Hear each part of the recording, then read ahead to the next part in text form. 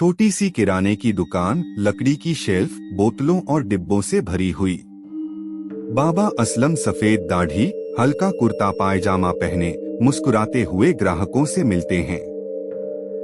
Narrator गर्मजोशी से। एक छोटे से मोहल्ले में बाबा असलम की दुकान थी।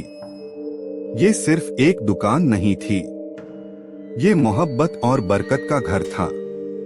कस्टमर मुस्कुराते हुए, बाबा जी चावल और चीनी देना। बाबा असलम हंसते हुए, ये लो बेटा, और साथ में ये छोटी टॉफी भी। तुम्हारी मुस्कान ही मेरी बरकत है। Visual prompt. बच्चा खुशी से टॉफी उठाता है और दुकान के बाहर भागता है। रात का दृश्य। बाबा असलम बिस्तर पर बीमार हैं।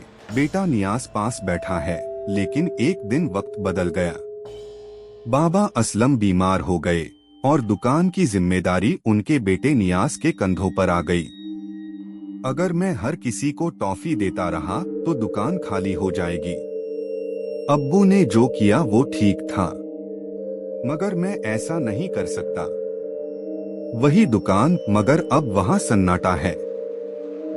ग्राहक उदास नजरों से देखते हैं। नियाज सख्त अंदाज में सामान बेच रहा है।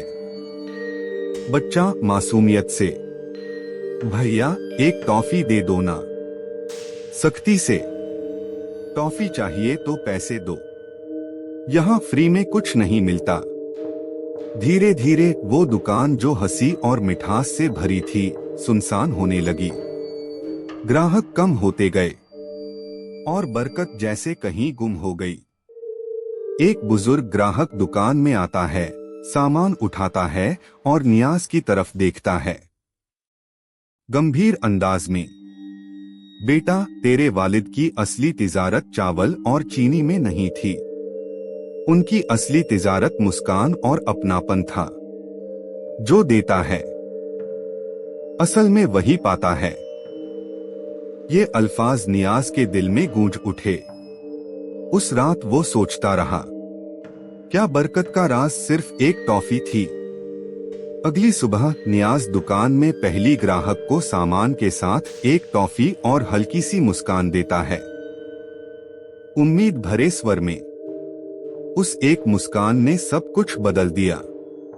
ग्राहक की आंखों में चमक आ गई और जैसे बाबा असलम की रूह फिर से दुकान में लौट आई। गहरे अंत के स्वर में, हर चीज की कीमत होती है। चावल, चीनी, तेल, सबका मोल है, मगर बाबा असलम की मुस्कान और छोटी सी टॉफी का मोल किसी ने कभी नहीं लगाया। वही थी असली बरकत,